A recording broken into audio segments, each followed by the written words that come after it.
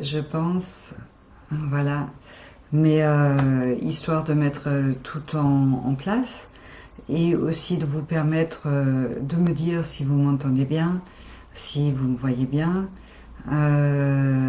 si tout va bien, voilà, si vous êtes là.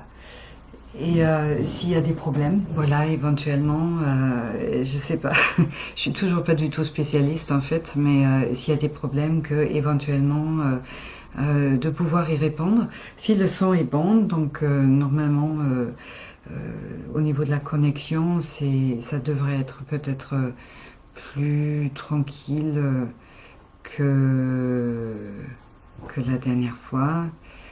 Euh,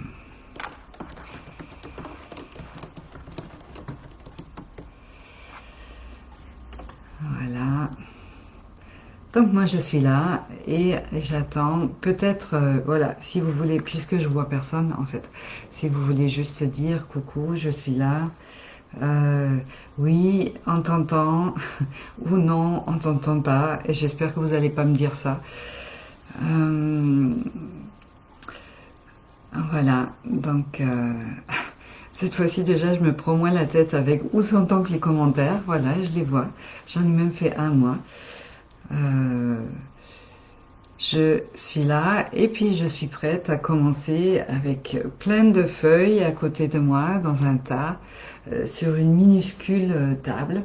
Voilà, donc ça va être très live et, euh, et j'espère que ça vous plaira et ce sera intéressant. Et j'espère aussi que ce sera intéressant pour moi. Je découvre ce que je vais raconter en partie en même temps que nous. Donc on va découvrir ensemble voilà, cette réflexion sur la communication et la spiritualité euh, que, que je suis en train de mettre en place donc dans ces cafés-com. Je suis Suzanne Ecker pour ceux qui ne me connaissent pas. Tria Évolution. Donc je me passionne pour la communication depuis fort longtemps, depuis une vingtaine d'années, plus maintenant déjà, et aussi pour la spiritualité. J'anime donc des formations de communication que j'appelle communication liberté. Euh, j'ai eu envie récemment, ces derniers mois, d'approcher la communication donc j'explique, voilà, dans les formations, euh, parce qu'il y a forcément une partie technique, voilà, où c'est important de comprendre et puis d'accepter un nouveau cadre, rentrer dans un nouveau cadre. Cette partie technique et au-delà de cette partie technique, eh ben, il y a une partie spirituelle, il me semble. Voilà. Et comme j'aime aussi beaucoup les poèmes et les mots des autres qui expriment, comme je l'ai dit la dernière fois, souvent une globalité. Voilà, même s'il y a un titre, les verbes vraiment bien assemblés, les mots bien assemblés expriment souvent, vibrent souvent quelque chose qui ressemble à une globalité d'être. Et, euh, et ce qu'on cherche en fait dans cette communication, c'est exprimer une globalité d'être. Euh, Pourquoi communiquer différemment? Pourquoi parler de la communication? euh, Eh ben parce que il me semble important que nous sortons d'une longue habitude de communication, voilà, plutôt oblique, avec une relation de pouvoir. Pas forcément d'abus de pouvoir, mais forcément de pouvoir. Cette communication oblique, voilà, où il y en a un qui va être plus haut que l'autre, et puis l'autre va être dans une relation de soumission, ou alors en rébellion contre cette autorité-là qui semble s'imposer. Euh, donc tout notre référentiel s'est mis en place dans cette relation d'oblique. Donc on parle de la plupart des choses qu'on utilise par exemple qu'on dit, par exemple, quand on dit qu'on est à l'écoute de quelqu'un, ce qui déjà est pas très logique, hein, quand on dit d'être à l'écoute, qu'on parle beaucoup, et on donne des conseils, on explique les choses, on argumente, on fait un peu la morale des fois gentiment. Euh, on peut aussi complimenter la personne ou alors la critiquer. Voilà, tout ça on l'appelle les obstacles à la communication et on va y revenir une autre fois. Et ces obstacles à la communication, hein, ils s'appellent comme ça parce que cette manière-là de réagir, d'être en relation, de communiquer, n'encourage pas la communication. Donc plutôt il fait obstacle. Ça veut dire que en général, quand on est en face d'une personne qui réagit comme ça à ce qu'on a sur le cœur ou à ce qu'on a fait, on n'a pas vraiment envie de continuer à discuter avec cette personne. On n'a pas envie d'approfondir la relation. On n'a pas envie de, ben voilà, on n'a pas confiance, on se sent pas compris et et, euh, et cette manière-là d'être en face de nous, ça laisse transpercer que l'autre personne sait et nous on ne sait pas. Donc ça ne fait pas du bien à l'estime que nous avons de nous-mêmes et voilà, et donc c'est logique qu'on n'a pas envie de rester en contact avec la personne qui nous renvoie à quelque chose qui ne nous fait pas du bien.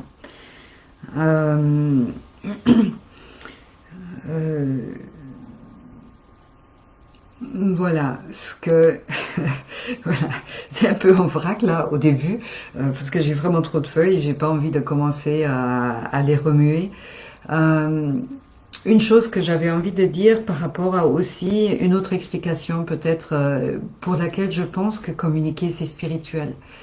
Donc on commence avec un cadre d'apprentissage pour comprendre donc du coup de quel référentiel nous venons, de ce référentiel que j'appelle oblique.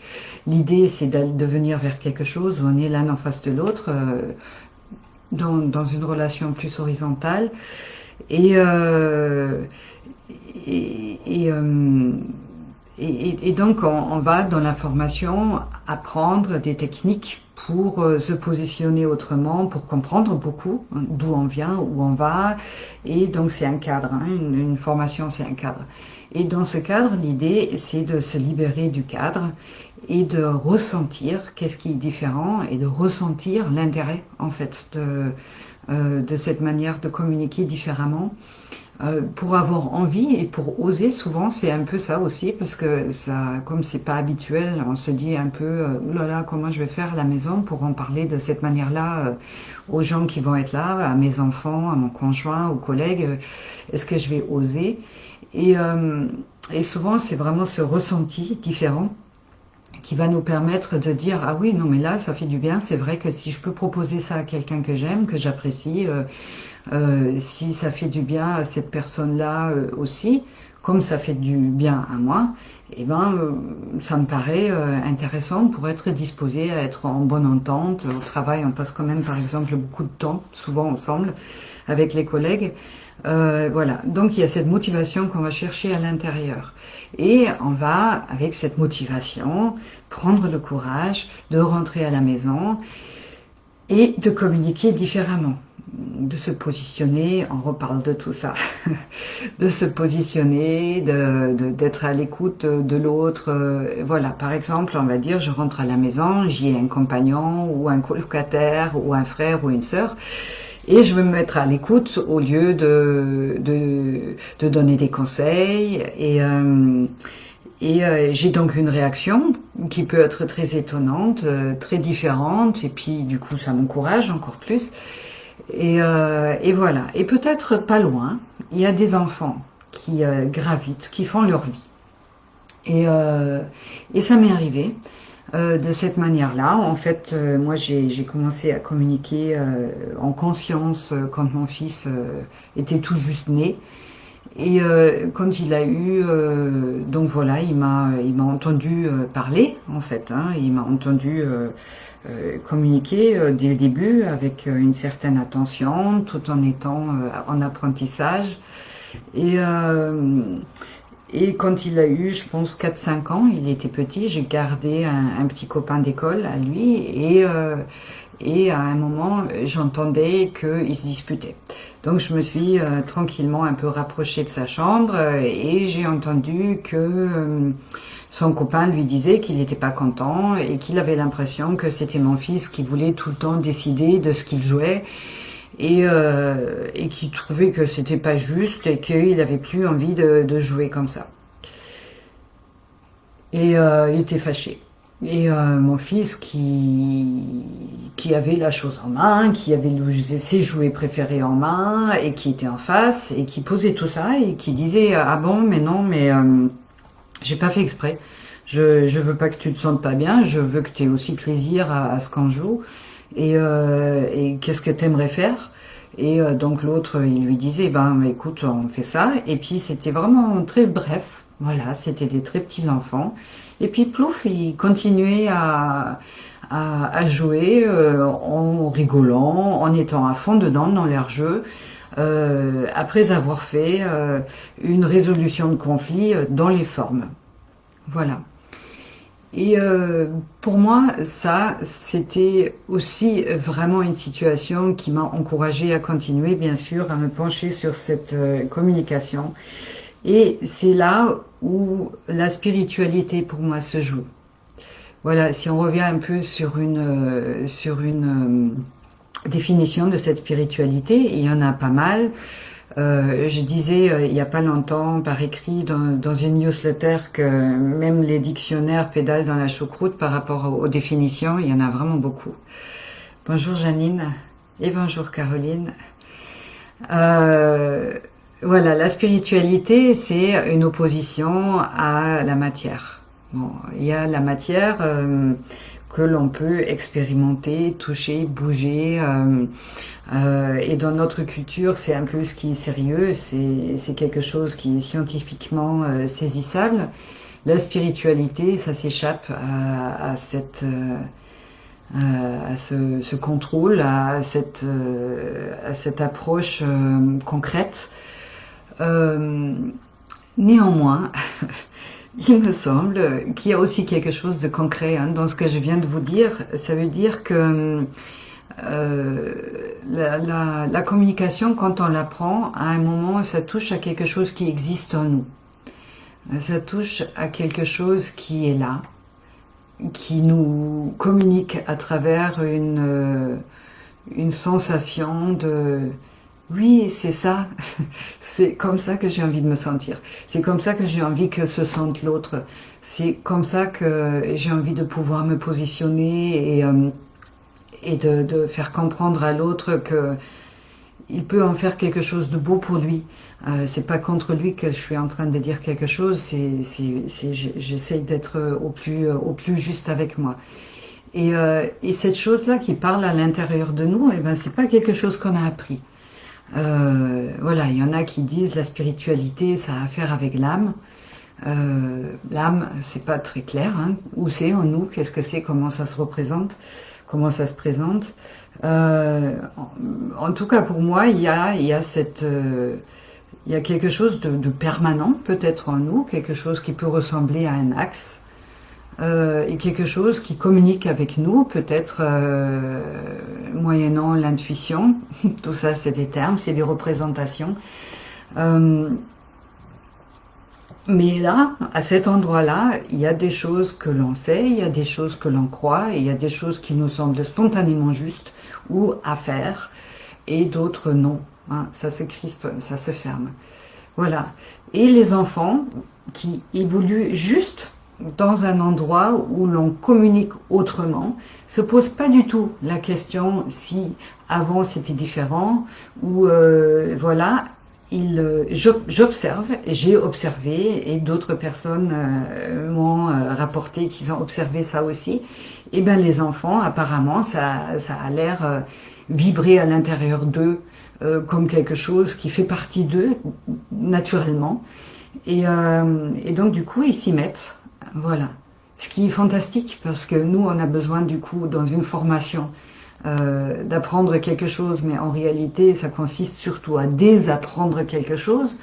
Alors que les enfants qui ont moins appris une manière de communiquer qui est souvent frustrante, eh ben, ils vont tout de suite intégrer quelque chose qui leur correspond et qui leur fait du bien dans leur relation.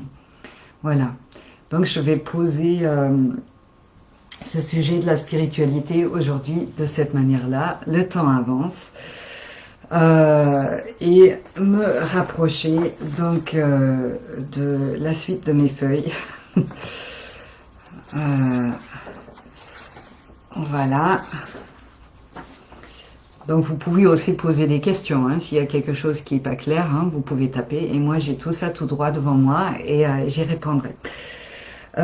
Donc le troisième titre que j'ai annoncé, donc c'est comment être responsable de ce que nous communiquons. Donc ça amène encore une autre notion. Dans la communication, on parle donc de 93% qui serait de l'ordre du non-verbal et de seulement les 7% restants, ou 10, voilà, 90, 10% ou 93, 7%. Les 7% ou 10% seulement qui seraient de l'ordre du conscient. Sachant que voilà, le non-verbal, il va être plutôt inconscient. Hein, un non-verbal, ça veut dire que c'est notre corps qui exprime quelque chose, la couleur de notre peau, les larmes qui viennent dans les yeux, le ton de notre voix, des tremblements, des tics, et voilà, qui renseignent donc quelqu'un qui est vraiment à notre écoute, ou alors un observateur avisé qui renseigne qu'à l'intérieur de nous, il se passe des choses qu'il n'a peut-être pas entendues à travers nos mots. C'est ce qu'on appelle aussi, voilà, on écoute des choses dans les silences, on lit à travers les lignes, voilà, tout ça, ça parle de ce non-verbal. Donc, comment être responsable de ce que nous communiquons?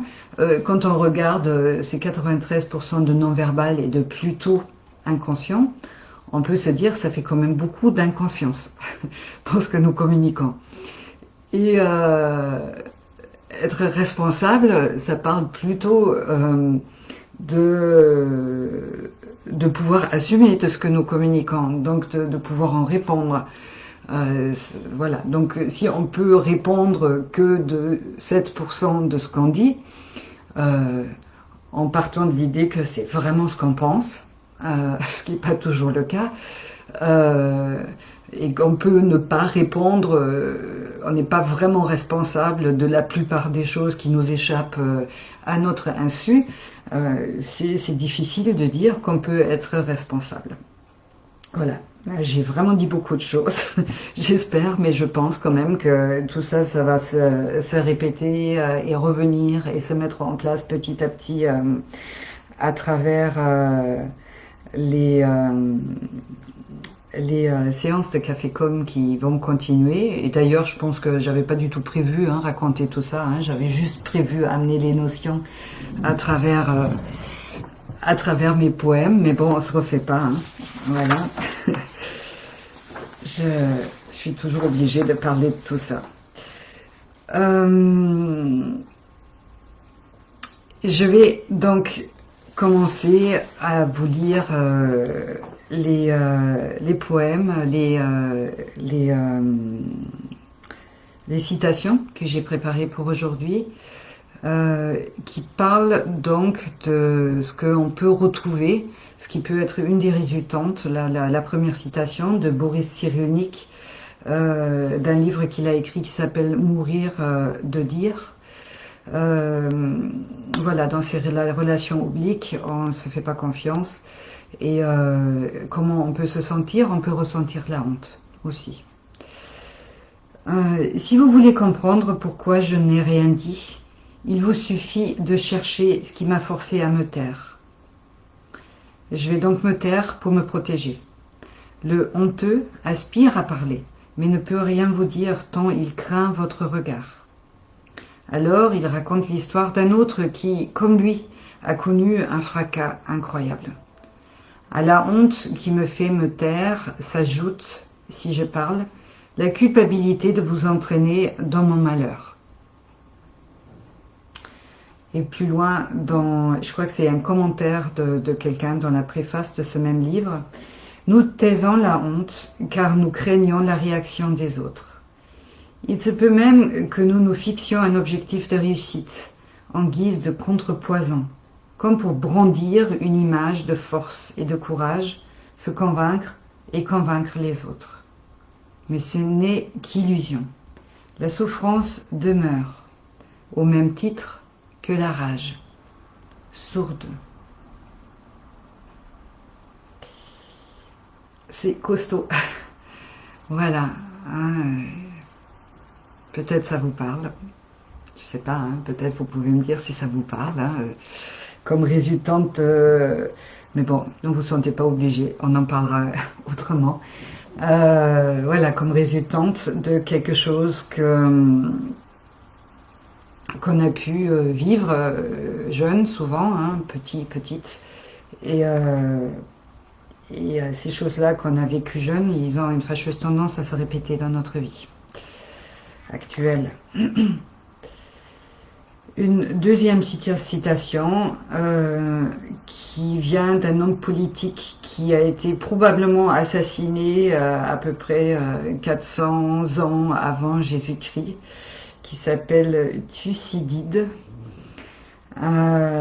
qui dit « Le secret du bonheur est la liberté. Et le secret de la liberté est le courage. » Voilà, donc quel courage. Peut-être celle justement de nous élever de cette coque dans laquelle, de cette prison dans laquelle nous enferme la honte, le manque d'estime de nous, le manque de confiance. Trouver le courage d'aller au-delà de nous. Et là aussi, on rencontre ce qu'on appelle voilà, une démarche spirituelle ou une démarche de développement personnel, de mieux se connaître, pour trouver les ressources aussi, pour aller au-delà de nous-mêmes. Voilà, le courage d'être, donc, trouver à l'intérieur de nous, peut-être dans ce pilier, peut-être dans cette chose-là qui est permanente, qui fait que nous savons qu'on n'est pas que ça. Et qu'on a des ressources et qu'on a des capacités et que ça vaut peut-être le coup qu'on les dise aussi, qu'on dise aussi ce que l'on est. Ce courage d'être, c'est Nelson Mandela qui en a parlé dans son discours d'intronisation à la présidence, donc en Afrique du Sud en 1994. Cette partie de son discours a été écrite par une dame qui s'appelle Marianne Williamson. C'est très connu, donc peut-être vous connaissez, et c'est toujours aussi beau. Notre peur la plus profonde n'est pas que nous ne soyons pas à la hauteur. Ce que nous croyons donc. Notre peur la plus profonde n'est pas que Notre peur la plus profonde n'est pas que nous ne soyons pas à la hauteur. Notre peur la plus profonde est que nous sommes puissants au-delà de toute limite. C'est notre propre lumière et non pas notre obscurité qui nous effraie le plus. Nous nous posons la question, qui suis-je moi pour être brillant, radieux, talentueux et merveilleux? En fait, qui êtes-vous pour ne pas l'être? Vous êtes un enfant de Dieu. Vous restreindre, vivre petit, ne rend pas service au monde. L'illumination n'est pas de vous rétrécir pour éviter d'insécuriser les autres.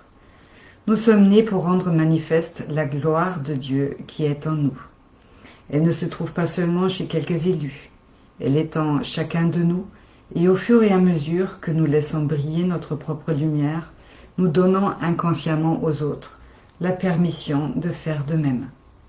En nous libérant de notre propre peur, notre présence libère automatiquement les autres.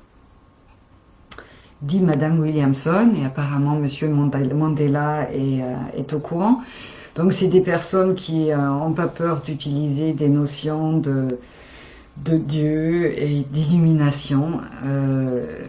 Voilà, bon, j'en parle pas mal. Je crois que on peut traduire ça, ou en tout cas, ça me semble intéressant de traduire ces termes-là dans des termes qui vont pour nous, qui fonctionnent pour nous, pour ne pas laisser notre saboteur le loisir de tout balayer d'un revers de main, juste parce qu'il y a 2 mots ou 3 mots qui ne nous conviennent pas. Donc, l'illumination n'est pas de vous rétrécir pour éviter d'insécuriser les autres. Bah oui, on ne peut pas avancer si on reste justement dans cette prison de honte et de manque de confiance en soi.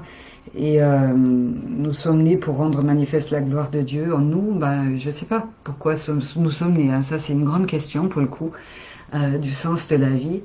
Mais je parlais tout à l'heure de développement personnel, de quelque chose, d'un mouvement, comment dire, d'un élan, hein, que souvent, si vous êtes là, vous l'avez trouvé en vous. Cet élan qui fait qu'on a envie de chercher, on a envie de comprendre, on a envie de se débarrasser d'obstacles, on a envie de réussir à dire, voilà, c'est peut-être juste ça. Qui est en lien avec ce qu'on a à faire. Voilà. Hein, et quand on suit, quand nous avons ce courage, il me semble d'aller au-delà de nos peurs pour faire quelque chose, et ben, peut-être nous devenons plus brillants, plus rayonnants, plus... bah, on se sent peut-être plus digne, hein, plus fier de nous. Et ça se voit. De toute façon, je ne crois pas qu'il y a quelque chose qui n'a pas d'effet ou qui ne fait rien. Tout fait quelque chose. Voilà. Donc, si on change, il y a un changement qui se passe quelque part. Et si on communique, eh ben, ça se passe autour de nous, même à notre insu.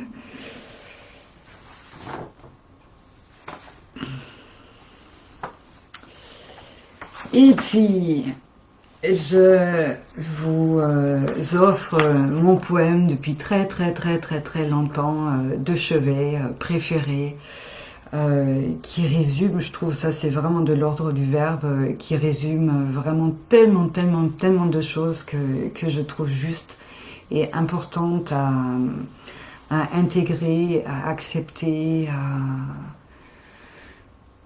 oser croire dans la communication, dans le développement personnel, sur ce chemin qui est le nôtre, qui est tellement difficile, dur, la réalité dure, elle est dure en ce moment. Ça va pas finir encore. Voilà, Christian Bobin qui parle de la communication d'une merveilleuse manière, en disant: ce qui est dit n'est jamais entendu tel que c'est dit. Une fois qu'on est persuadé de cela, on peut aller en paix dans la parole, sans plus de souci d'être bien ou mal entendu, sans plus d'autres soucis que de tenir sa parole au plus près de sa vie. Et là, pour moi, il y a tout dedans, en fait. En tout cas, beaucoup de choses que j'ai dit depuis le début de ce live, auquel je vous remercie de participer. Ben oui, ben chacun, on a tous notre filtre, chacun est chez soi, chacun est plus ou moins empêtré dans son non-verbal et dans sa propre histoire, et chacun a plus ou moins le courage d'être responsable, de dire ce qu'il ressent vraiment. Et ben l'autre en face n'étant pas nous, et ben il va entendre pas exactement la même chose que nous. Donc tant qu'à faire, être au plus juste avec nous-mêmes. Parce que ça nous donne les meilleures chances d'être entendus au plus juste aussi. Hein, si on est au plus cohérent entre nos 7% et les 93%, si on est vraiment persuadé de ce qu'on dit, même si on le fait en tremblant, en rougissant, en bégayant, parce que c'est pas facile, mais en fait c'est tout le corps qui tremble et qui bégaye, et les mots qui se cherchent. Voilà, on peut être très cohérent en étant comme ça. Voilà, en étant le plus cohérent possible entre les 93% et les 7%, on va exister au plus proche de nous et aussi aux yeux de l'autre. Parce qu'il va nous percevoir, hein, il va nous entendre dans les mots et il va nous percevoir, il va percevoir notre vibration de justesse, de courage, de chercher à être vrai, de sincérité, d'authenticité. Il va le percevoir, ça se sent. Hein, vous le savez que ça se sent dans des rencontres qui nous touchent. On ne sait pas des fois pourquoi, mais la personne, elle nous a touchés. On a envie de la revoir, on a envie de la connaître, d'échanger avec elle. Et voilà, donc c'était quoi aujourd'hui tous ces sujets, tous ces sujets du jour. Pourquoi communiquer, c'est spirituel. Accéder à notre courage d'être pour communiquer vrai. Comment être responsable de ce que nous communiquons. Je vous relis encore une fois Christian Bobin, parce que j'ai beaucoup parlé autour et c'est tellement beau pour moi. Ce qui est dit, c'est moi, vous pouvez pas me contredire parce que de toute façon, je peux pas vous entendre, donc je peux faire ce que je veux. Ce qui est dit n'est jamais entendu tel que c'est dit. Une fois qu'on est persuadé de cela, on peut aller en paix dans la parole, sans plus de souci d'être bien ou mal entendu, sans plus d'autres soucis que de tenir sa parole au plus près de sa vie. Christian Bobin. Et je vous salue, si vous voulez dire quelque chose ou si vous voulez faire un commentaire auquel éventuellement je peux répondre, voilà, vous pouvez le faire. Et voilà, donc j'attends un peu parce qu'il faut se rapprocher de son écran et taper et voilà. Et si vous ne dites rien, eh ben on continuera, je continuerai ces Café-Com avec plaisir, avec bien plus de notions dedans, de communication entre guillemets pure et dure, des notions voilà, qui font partie de la voilà, de la formation, hein, plus, qui est plus structurée, formation, enseignement, compréhension intellectuelle, des exemples, voilà, tout ça. Mais bon, il y en a un peu plus dedans que ce que je pensais, parce que voilà, ça me vient spontanément. Je suis comme ça, c'est mon truc. Et donc, si vous êtes juste avec le souhait de digérer ça tranquillement et de prendre votre petit déjeuner peut-être, je vous remercie. Merci d'être là. Merci si vous regardez plus tard cette vidéo aussi de le regarder. Voilà, on dit des choses voilà, qui ressemblent à tout est dans le moment présent. Donc si vous regardez cette vidéo dans un prochain moment présent, et ben c'est comme si vous étiez déjà là. Et passez une bonne journée et à très bientôt. Voilà, donc je ne sais pas si ça va se couper rapidement cette vidéo ou pas. Hein, des fois c'est un peu pas si évident que ça. Donc à très bientôt, j'espère.